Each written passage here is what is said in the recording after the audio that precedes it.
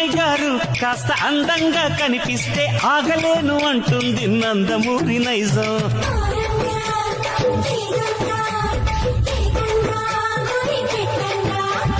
అబ్బాయి గారు కాస్త ఆత్రంగా అనిపిస్తే ఒప్పులేను అంటుంది నాలోని పచ్చి నిజం.